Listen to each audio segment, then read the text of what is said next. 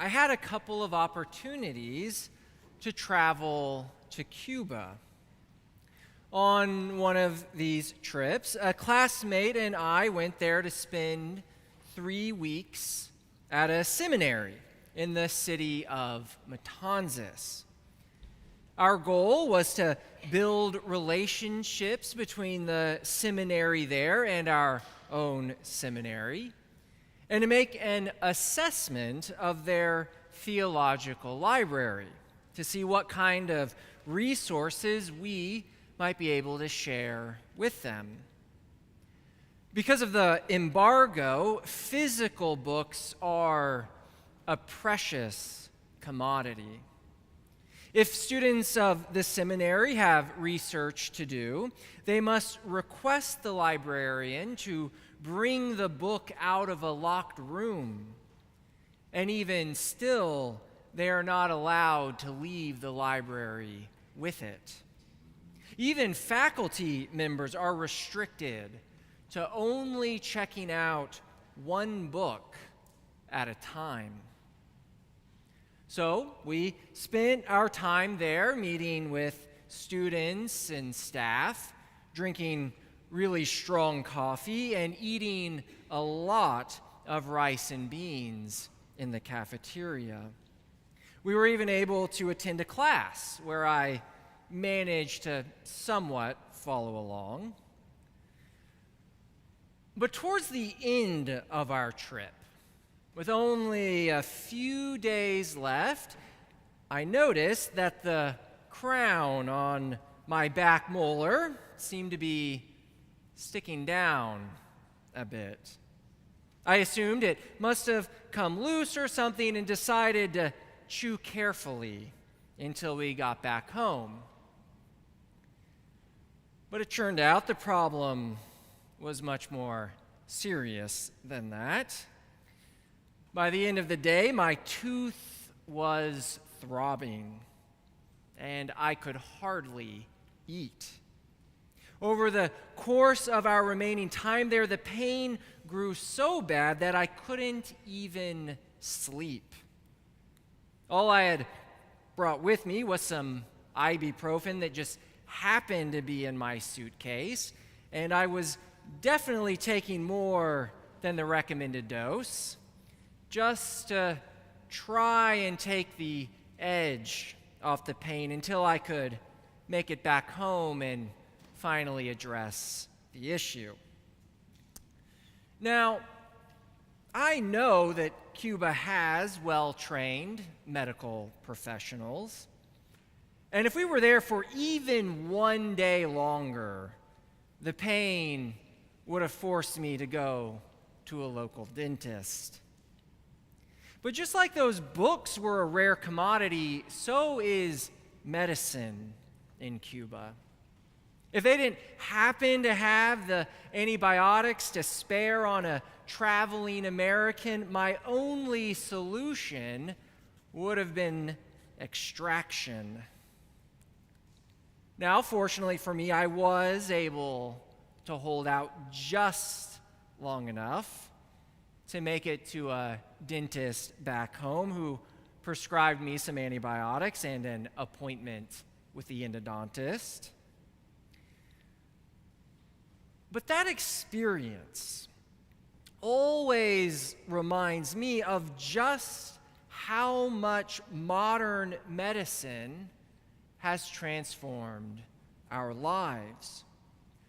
For most of human history, certainly for the ancient Israelites, there were no antibiotics, no vaccines, no fever reducers.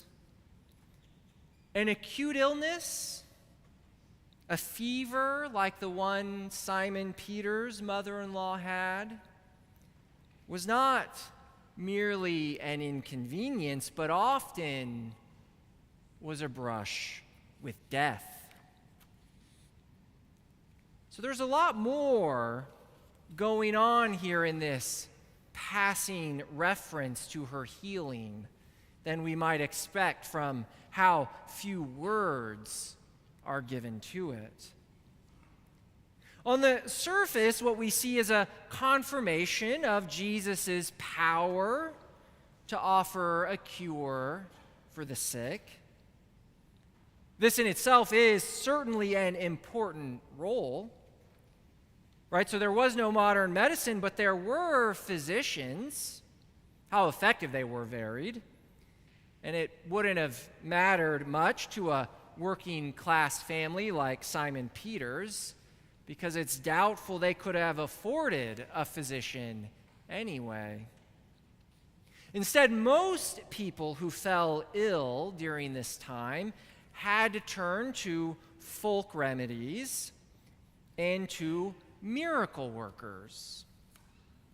So here is Jesus in the role of traveling miracle worker, demonstrating his power over the forces of illness and the demonic.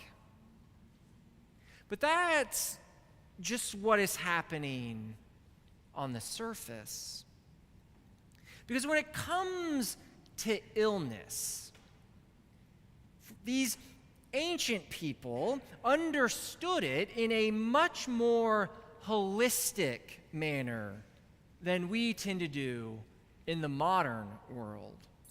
For them, sickness is not merely a result of faulty biological systems, but a disorder that affects the entire person, the body, but also the mind, the soul, even the wider community.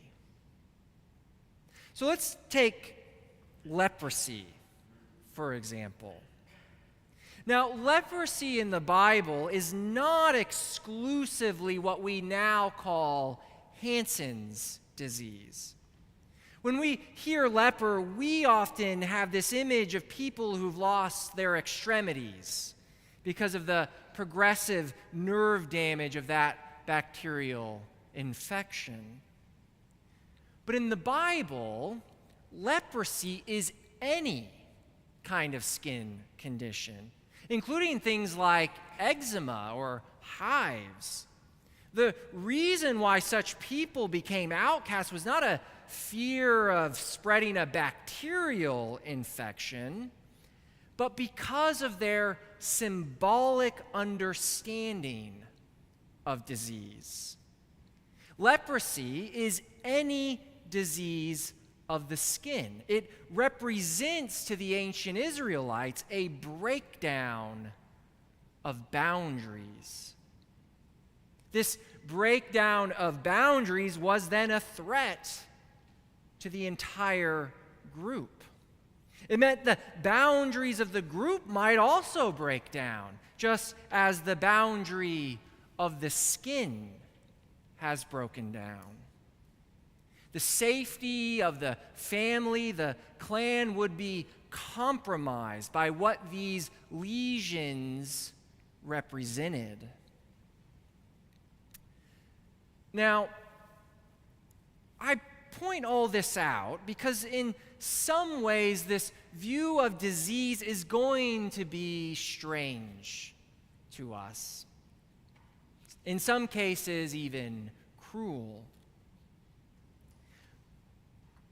But it does recognize something in our experience of illness that the so-called biomedical model can miss.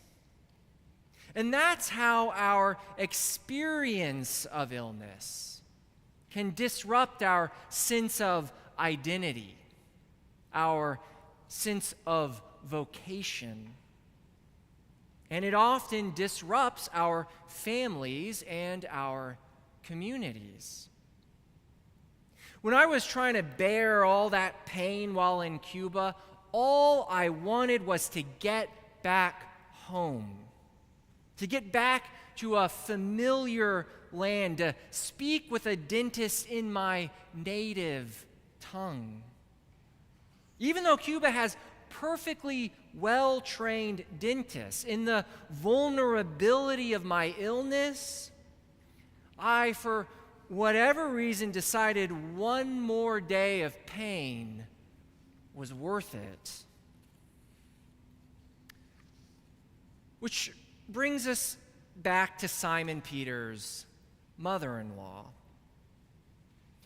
It might seem a bit odd, even distasteful, that as soon as the mother-in-law is healed of her fever, that she immediately begins to serve Jesus and the disciples, as if the problem was her lack of productivity.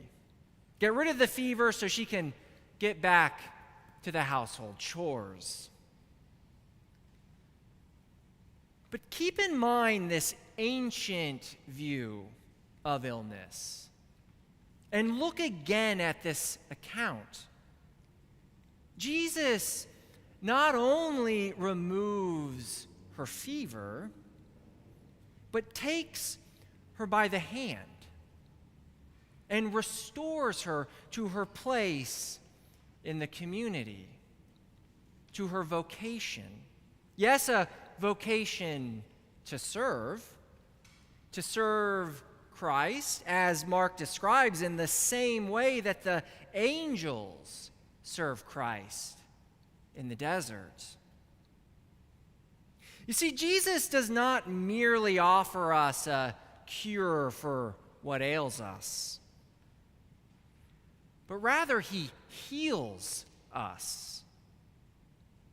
He offers a restoration of not merely the body, but of the soul, and even of the community. What Mark is showing us here is a foretaste of what God has in store for you.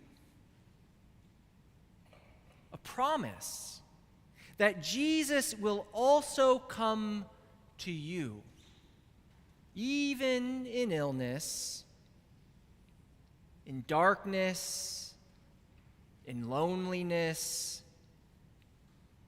in death.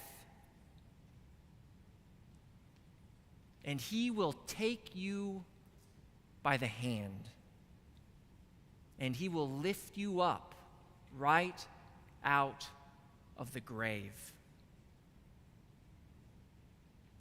For you too have a vocation, a calling from God, a calling to be healed, to be restored,